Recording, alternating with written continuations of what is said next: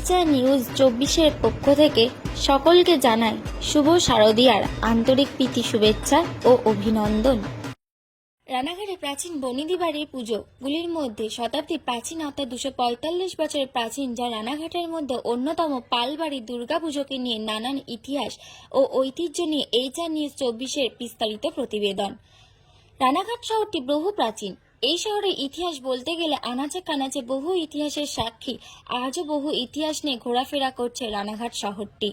ঠিক তেমনই আজ আমরা রানাঘাটের অন্যতম প্রাচীন এক বনিদি বাড়ি দুর্গা মন্দিরে এসেছি। এটি হচ্ছে পাল বাড়ি, যেখানকার পুজো আনুমানিক 245 বছরে পদার্পণ করল। এই পাল বাড়ি প্রথম দুর্গা পুজো চালু করেছিলেন সাগরেশ্বর পাল, যিনি এই পুজোর উৎপত্তি বা প্রচলন করেন। কোনো রকমের পুজো হতে কিছু বছর ধরে তার পরবর্তীতে লাল গোপাল পালের হাত ধরে কাপড়ের ব্যবসার প্রতিপত্তি থেকে এই বাড়ি তৈরি হয় ও দুর্গা দালান তৈরি করা হয় এবং বর্তমানে এই লাল গোপাল পালের নামে রানাঘাট লাল গোপাল স্কুল তিনি তৈরি করেন। এবং তিনি তখনকার দিনে সেই রকম পড়াশোনা করতে পারেননি বলে তিনি গরিব মানুষদের জন্য এই স্কুলটা তৈরি করেন এবং যাতে গরিব ছেলেমেয়েরা পড়াশোনা করতে পারে, এবং সেই জন্যই তিনি সেই স্কুলের জন্য জমি দান করেন এবং পঠন পাঠন চালু করেন। পাশাপাশি এই বাড়ির বিশেষত্ব হলো কুমারী পূজা, এবং কুমারী পূজা দেখতে বহু ভক্ত সমাগম হয়। অষ্টমী পুজো এবং তারপর সন্ধি পুজোর পর এই কুমারী পূজা করা হয় পালবাড়িতে। পাশাপাশি আরও একটি বৈশিষ্ট্য কাদা খেলা, যা কিনা নবমীর দিনে কাদা খেলা হয় পালবাড়িতে। এই কাদা খেলাতে পালবাড়ির সকল সদস্যরা সামিল হন এবং তারপরে রানাঘাটের বিভিন্ন প্রাচীন বনিদি বাড়িগুলোতে যাওয়া হয় এবং তারপরে তারা আবারও বাড়ি চলে আসে। প্রাচীন বনিদি বাড়ি পুজো থেকে পঞ্চমী থেকে শুরু হয় এবং মায়ের বোধন থেকে দশমী পর্যন্ত আজও ভক্তি ও নিষ্ঠার সাথে পুজো হয়ে আসছে। এবং এই বাড়ির অন্যতম এক সদস্য পিত্তজিৎ পাল দাবি, পুজোর কটা দিন বহু ভক্তের সমাগম এই বাড়িতে সামিল হন এবং দূর দূরান্ত থেকে আত্মীয় স্বজনরাও এই পুজোর কটা দিন সকলে মিলেমিশে তারা এই প্রাচীন বনিদি বাড়ির পুজো কটা ভক্তি নিষ্ঠার সাথে আড়ম্বরের সাথে পুজোটা করেন। বহু রীতিনীতি মেনে পুজো করার চল আজও রয়েছে। এই পুজো আড়ম্বরের সাথে আজও হয়ে আসছে। ষষ্ঠীর দিন সকালে মায়ের পুজো হয় বেলগাছের তলায়, তারপরে মায়ের মূর্তিতে পুজো শুরু হয় এবং পুজো নবমী পর্যন্ত চলে এবং দশমীতে গোটা বাড়ি ও আশেপাশে এলাকার মানুষেরা সবাই একত্রে মিলিত হয়ে সিঁদুর খেলার মধ্যে দিয়েই মাকে বরণ করেন। তারপরে বিসর্জনের পথে নিয়ে যাওয়া হয় এবং বিসর্জনের শেষে ভক্তদের জন্য প্রসাদের ব্যবস্থাও করা হয়। চলুন এই প্রাচীন বনিদি বাড়ির পুজো সম্বন্ধে পাল বাড়ির সদস্যরা আমাদের ক্যামেরার সামনে কি জানাচ্ছেন আমরা বিস্তারিত শুনে নেব। 245 বছরের পুজো, এটা সাগরেশ্বর পালের হাতে তৈরি। তারপর তারই মানে সূত্র ধরে তার পরিবারের লোক লালগোপাল পাল এই পুজো করে। এবার সেখান থেকেই আমরা পরিবারের সবাই আস্তে আস্তে পালা অনুযায়ী আমরা পুজো করি। আমাদের 4টে শরিক, এক বছর এক একজনের পালা পড়ে। সেখানে দালান ছিল না, তারপর লালগোপাল পালের হাতে এই দালান তৈরি। এই ঠাকুর দালান তখন এমনি টিনের চালা দিয়ে এখানে পুজো করতেন তিনি। তারপর লালগোপাল পাল তিনি ব্যবসায়িক সূত্রে কাপড়ের ব্যবসা করতেন।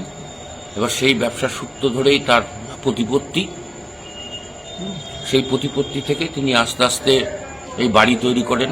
তারপর তিনি বেশি পড়াশোনাও জানতেন না, সেই একটা আক্ষেপ থেকে তিনি লালগোপাল স্কুল তৈরি করেন, যে গরিব মানুষরা সেখানে গিয়ে যেন পড়তে পারে।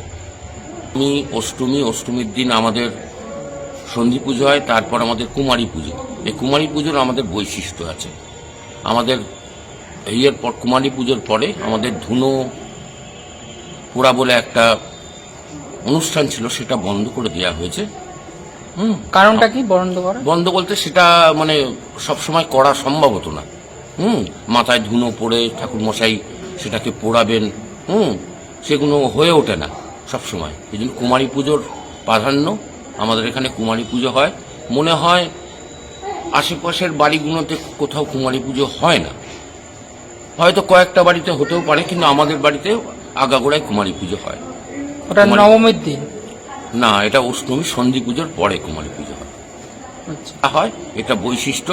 আমাদের যেসব যে বাড়িগুলো আছে, হ্যাঁ, তাদের বাড়িতেও হয়। তারাও আমাদের এখানেই কাদা খেলা হয়। আমরাও খেলতে যাই।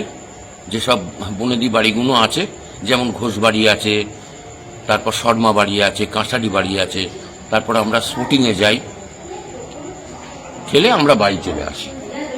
স্বজন সবাই দূর দূর থেকে আসে, এটা একটা তো মানে একটা অনুষ্ঠান বলতে পারেন। সেই অনুষ্ঠানের জন্য বাড়িতে প্রচণ্ড ভিড় সমাগম হয়। তারপর কুমারী পুজো দেখবার জন্য প্রচণ্ড ভিড় হয় আমাদের এখানে। আর পুরনো পুজোর মধ্যেই বাড়ি মানে আমরাও যতটা আনন্দ করতে পারি, আশেপাশের লোকজনও এখানে এসে আনন্দ করে, ভিড় হয়।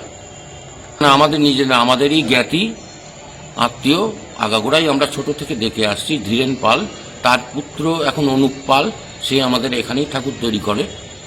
আমাদের বাড়িতে বসে আমাদের বিসর্জনের পরেই কাটা, আমাদের ঘাটে বিসর্জন হয়ে যাওয়ার পর কাটা কেটে আবার এখানে মানে মণ্ডপে আনা হয়।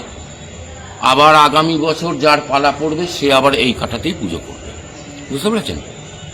যে আমরাই তৈরি করব, প্রতিমা তৈরি করব তা নয়। আমাদের কেউ প্রতিমা তৈরি করে না, আমাদেরই জ্ঞাতি, তারা আমাদের আত্মীয়র মতন তারা তৈরি করেন। এই সুন্দর একটা কি বলবো, একটা কৃষ্টিকে বাঁচিয়ে রাখার জন্যে এই ধারাবাহিকতা। এই পুজো আমরা বজায় রাখার চেষ্টা করছি, যা আমাদের পূর্বপুরুষরা করে গেছেন সেটাকে বজায় রাখার জন্যই আমরা চেষ্টা করি। আপনার নাম? আমার নাম প্রিয়জিৎ পাল, বিশ্বাসপাড়া, রানাঘাট, পালবাড়ি। পালবাড়ি।